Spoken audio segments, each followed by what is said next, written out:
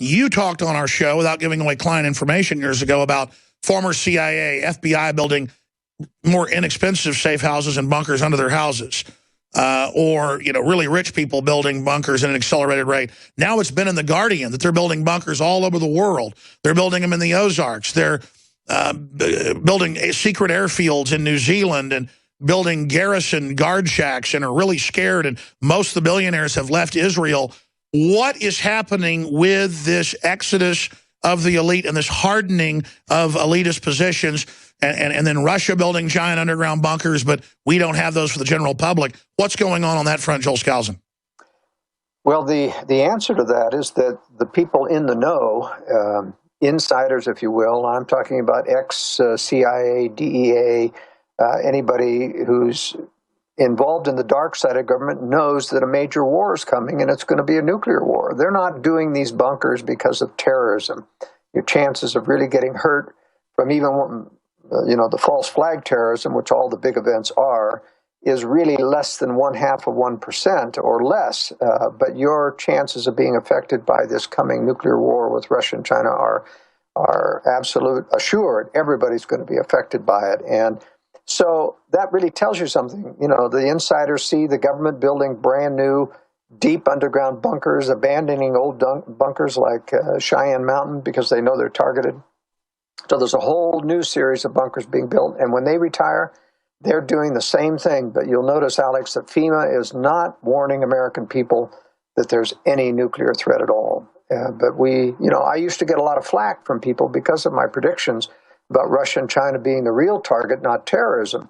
But nobody's laughing now. Everybody sees Russia getting more aggressive, China getting more aggressive. It's really just a matter of time. It's driving the elite to do this. And I might say, even though I am aware of high-level government officials doing these, I do not design for these people. I will not work for ex-government. Sure, I know you just talked about, I guess, your other contacts and sources then and them approaching you. Right. Joel, if we had the engineers, if we had the time, the media people, we could go back to you 10 years ago here, 15 years ago here. You've been coming on the show 16, 17 years, I guess. You've been on since about 1998 or so, if memory serves, so that's about 16, 17 years.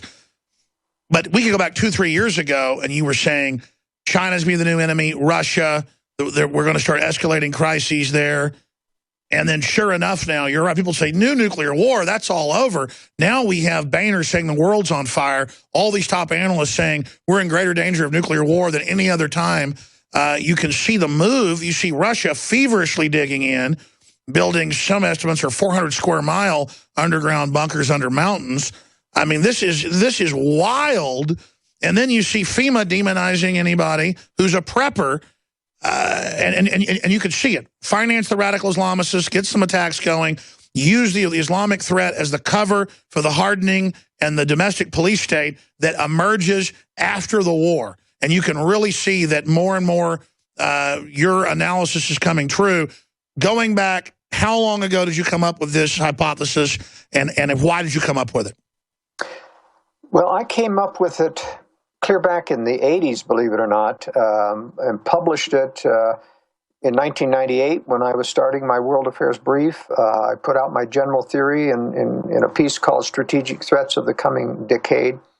And the reason I came up with this is because I continued to see how the CIA was covering for Russian war preparations. In 1997, for example, the New York Times published the first article on this big 400 square mile underground bunker system in Yamato Mountain in the Ural Mountains of Russia. And they went to this, and it basically was a cover piece to downplay the issue. They went to the CIA and said, what about this underground bunker system? Oh, yeah, we know about it, but we're not worried about it. It's just defensive. And, I asked the immediate question, why is it how do they know it's defensive? They've never been in it. General Habiger of our Strategic Missile Command admitted the United States inspectors have never been in Yamato Mountain. It's got 6 railroad lines going in. Russians claim it's for mining, but you never see any mining cars other than removing earth, coming out of it. There's nothing going in there except factory closed box cars. I think they're building underground nuclear factories, missile factories. They're going to be able to continue to wage war even after nuclear war starts.